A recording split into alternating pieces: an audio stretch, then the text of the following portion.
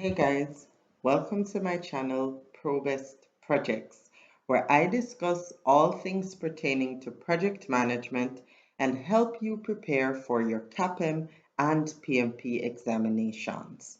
Today I will be looking at stakeholder management. Stakeholder management is chapter 13 of the PMBOK guide, 6th edition, and is linked to task 9 under the people domain, collaborate with stakeholders, and task 4 of the process domain, engage stakeholders on the PMP Study Outline.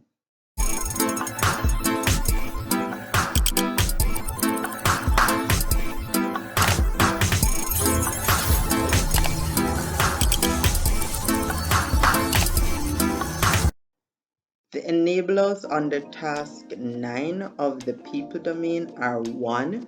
Evaluate engagement needs for stakeholders. 2. Optimize alignment between stakeholder needs, expectations, and project objectives. And 3. Build trust and influence stakeholders to accomplish project objectives.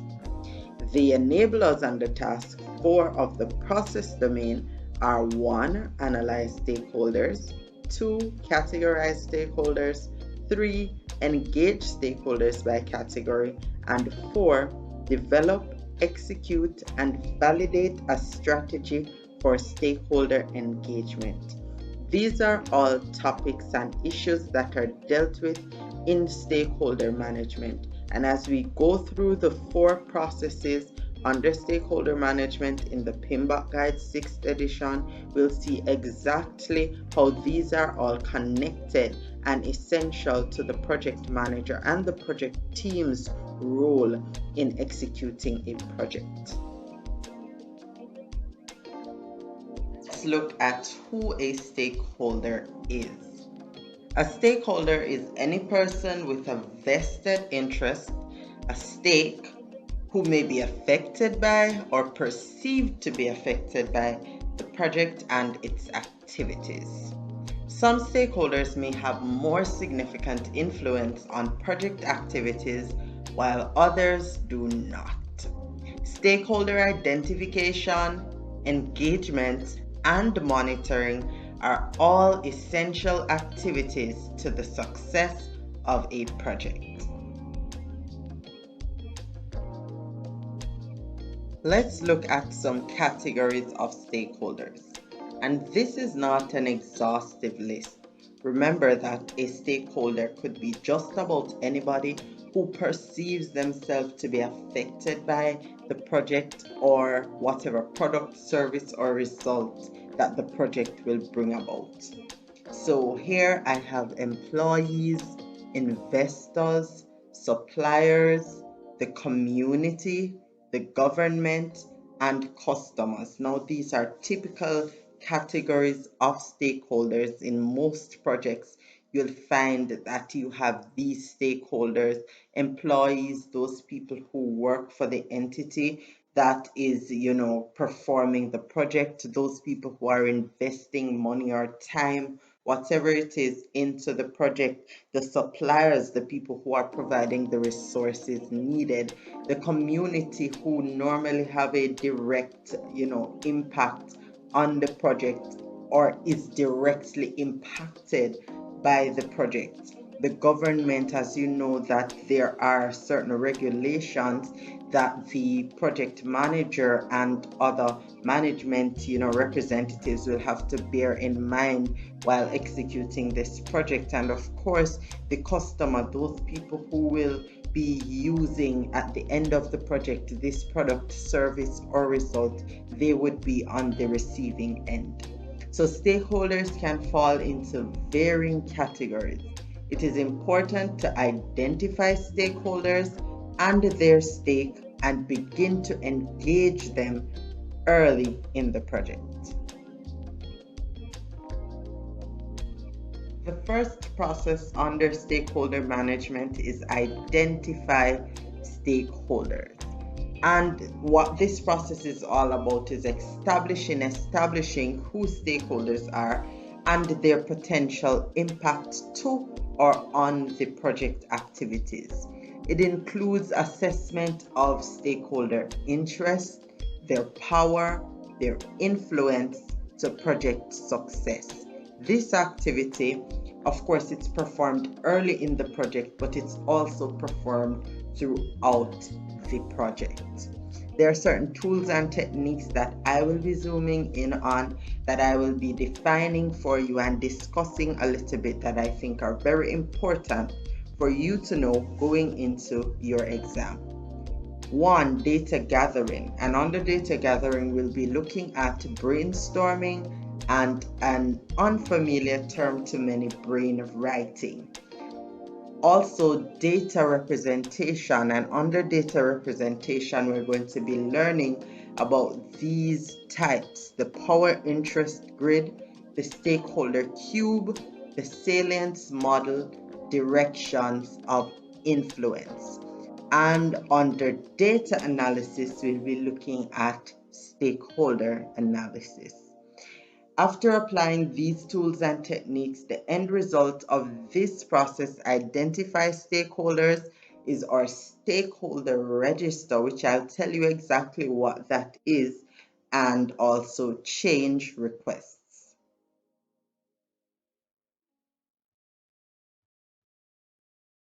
So let's dive into data gathering. We gather data using brainstorming and brainwriting. Brainstorming, this involves eliciting ideas from stakeholders, from persons from the team, or from subject matter experts. It is used to collect information in a short period of time and usually led by a facilitator. It includes idea generation and analysis. This particular technique is also used in the development of a project charter, the project management plan, collect requirements, that process, and plan quality management, as well as identify risks. Let's look at brainwriting. Now, brainwriting is derived from that term brainstorming. However, this one is a little peculiar in that it allows for individual consideration before you have a group session. And this technique only appears under identify stakeholders. Stakeholder analysis. Now, this is a detailed look into who our stakeholders are. And what this process will result in is a list of stakeholders to include their job titles, the roles that they play on the project, their interest in the project, the expectations that they have of the project, and their attitudes toward the project. This information is gathered through analyzing the stakeholder information, and it will be used for stakeholder mapping and representation. We're going to be looking at some tools for stakeholder representation. The first tool we look at is the power interest grid, or it may also be represented as a power influence grid or a power impact grid. The power influence grid looks at grouping stakeholders according to their level of authority or power and interest in the project, or their ability to influence the project. So as you can see on the grid here, one side represents power and the other interest. And then we have 4 responses that are to be utilized based on the assessment of the stakeholder. So if our person has low power and low interest, then that stakeholder ought to be monitored. However, if the stakeholder has low power and high interest, then they ought to be kept informed. If the stakeholder has low interest but high power, we want to keep that stakeholder satisfied. And if the stakeholder has high power and high interest, then that stakeholder ought to be managed closely. Now, this tool is typically used for small projects that has simple stakeholder relationships. The stakeholder cube is a refinement of the power interest grid, and it assesses stakeholders based on their power, interest, and attitude. So it allows for a three-dimensional view of stakeholders. The salience model describes stakeholders based on power, urgency, and legitimacy. Legitimacy is in some cases replaced with proximity. And unlike the power interest grid, this tool or technique, this model, is typically used for a large community of stakeholders that you may find more complicated, complex relationships amongst. Another tool under data representation is directions of influence, which looks at stakeholders based on their influence over the work of the project. The four directions include upward, outward, sideward, and downward. Upward speaks to senior management or the top executives of the organization carrying out the project. Downward speaks to the team or subject matter experts.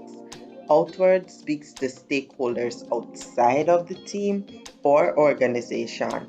And sideward speaks to the colleagues of the project manager with whom he or she would sometimes collaborate or maybe even have conflict with concerning resources for the project. Prioritizing stakeholders is the last one we look at.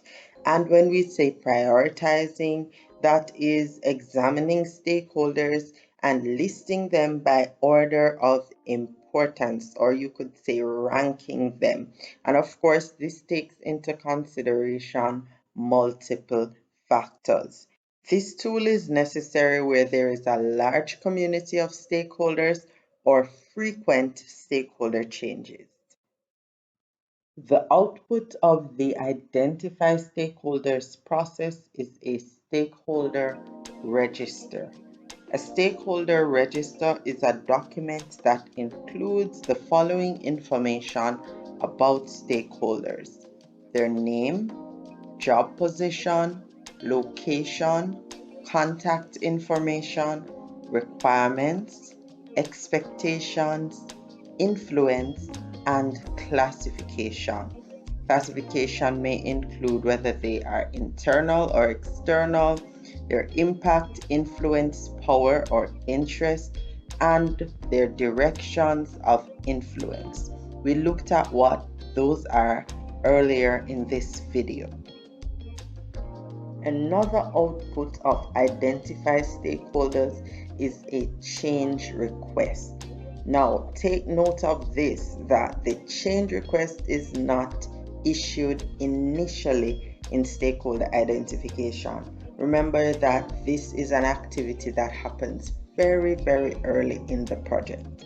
But worthy to note is the fact that stakeholder identification happens throughout the project. And so as new stakeholders are identified, and information concerning the stakeholders that were already recorded may change, then changes will have to be made to the stakeholder register. This will have to go through the Perform Integrated Change Control process.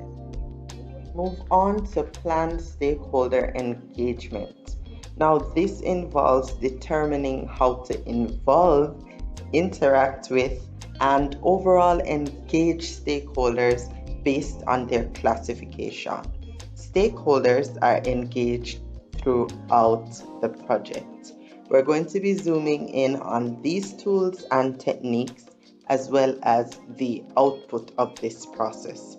The tools we'll be looking at include benchmarking, which is a data gathering tool, and looking at the stakeholder engagement matrix, which is a tool for data representation.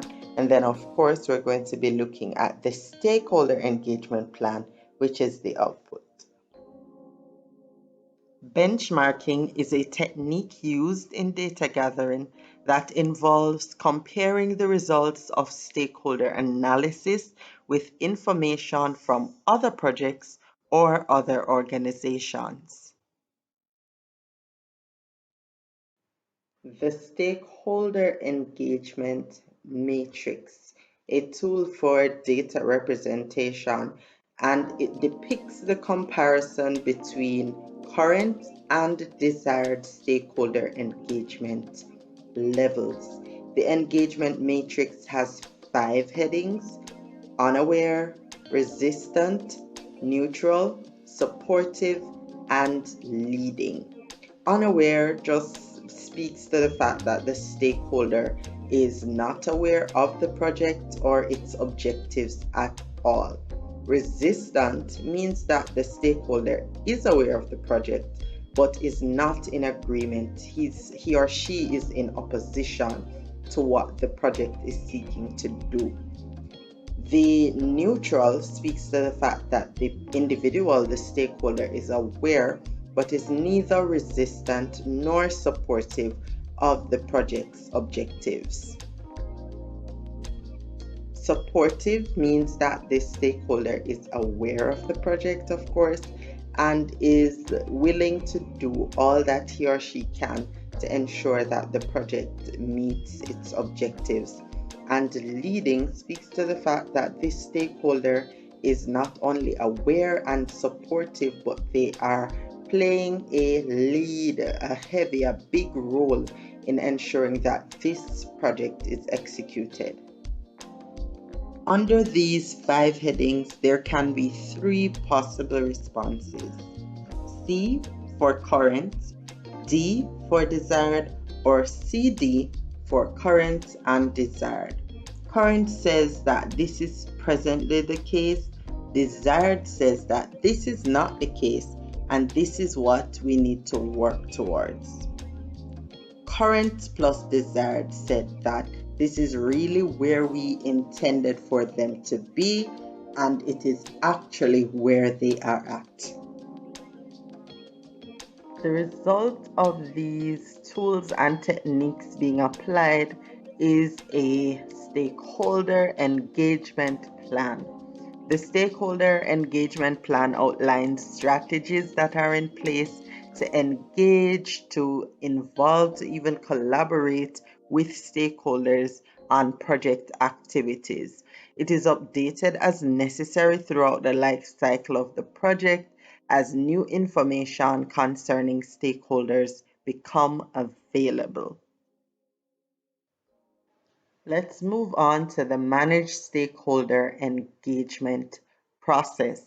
And what this involves is working with stakeholders for the success of the project, meeting their needs and expectations, resolving whatever issues may arise, removing whatever impediments may appear, and ensuring desired levels of satisfaction are maintained.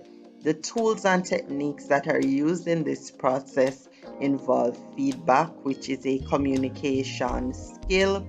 Interpersonal and team skills are also applied, specifically zooming in on conflict management, cultural awareness, negotiation, observation or conversation, and political awareness.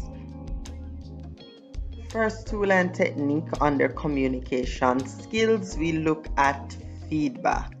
Now, feedback is a critical part of stakeholder engagement. Agile teams rely on frequent feedback from their stakeholders throughout the project for the successful and quick completion of the product or service that they're working on.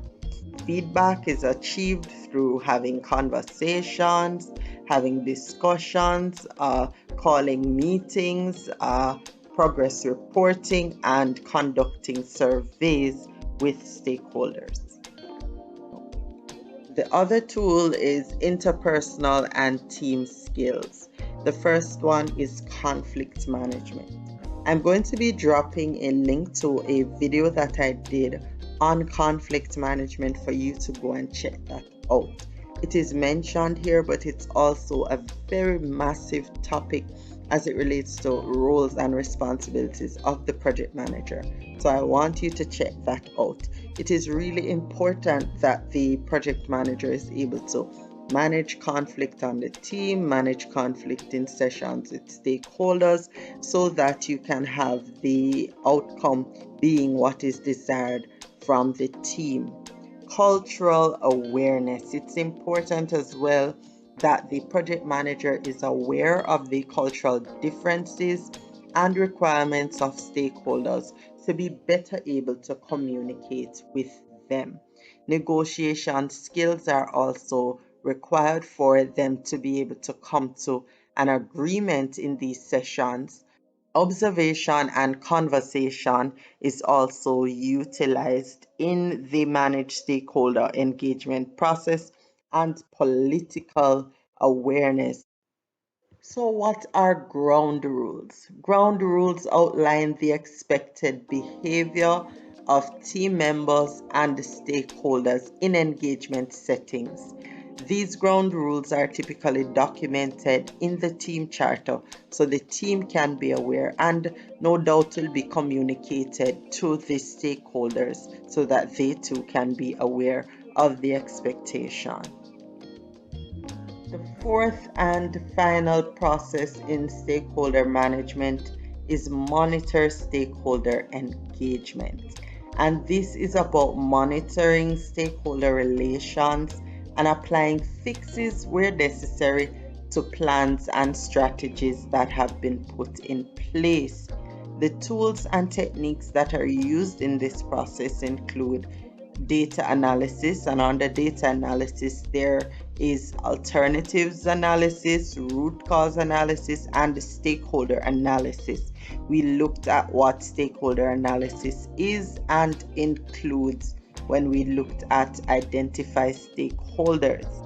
Then another tool is decision making. We're going to be looking at what multi-criteria decision analysis is and what voting is. And of course, communication skills are necessary in this process as well. And we not too long ago looked at what feedback is all about. The major output of this process is work performance information, and we're going to be seeing what that is as well. Under data analysis, we have alternative analysis, and this involves looking at options to deal with stakeholder states and bringing them to their desired levels of engagement. The root cause analysis. This helps to determine the underlying cause of issues with stakeholder engagement, and this is also used in the planned stakeholder engagement process. Let's take a look at decision making. There is a tool called multi-criteria decision analysis, and this tool examines multiple conflicting criteria or alternatives. A prioritization matrix is used to facilitate ranking, and then there is subsequent calculation to determine the best alternative. This is typically done for stakeholder engagement. Next, we look at voting. Voting is a collective decision-making technique that's used to arrive at decisions during stakeholder engagement. The output of the process is work performance information. This is used to monitor the status of stakeholder engagement in comparison with what is desired and documented. I wanted to say this early in the video, but I paused to mention at this time so that you can take note of it. The tools and the techniques that I've listed or I've shared with you in this video today, the tools and techniques as well as the output, is not an exhaustive list. So if you should check the PMBOK Guide 6th edition, you'll see that there are other tools, maybe a few other. I've zoomed in on most of them, but there are definitely other outputs to these processes. What I've done was to pull on what I think are the critical ones for you to know for your exam and shared exactly what they all mean today. What are some agile considerations for stakeholder management? Agile teams engage with their stakeholders directly rather than having to go through management, and this facilitates greater involvement and greater stakeholder satisfaction. So instead of having to go through a senior executive who, passes on the message, they typically would exchange numbers, so the project manager and the project team members are able to engage, collaborate, speak with these stakeholders directly. What are the benefits of doing this? Well, you can have frequent interactions, no delays having to go through a third party. It helps to foster a better relationship between the team and the stakeholders, and this also facilitates trust building between the two parties or two or more parties, and also risk mitigation. Thanks again for watching. Remember to hit like, to hit subscribe, and also to share this video so that your friends and colleagues that are preparing for their PMP or their CAPM examinations can also benefit from this information. Stay tuned as I'll be sharing more of these informational videos in the coming weeks to help you prepare for your examination. Until that time, take care.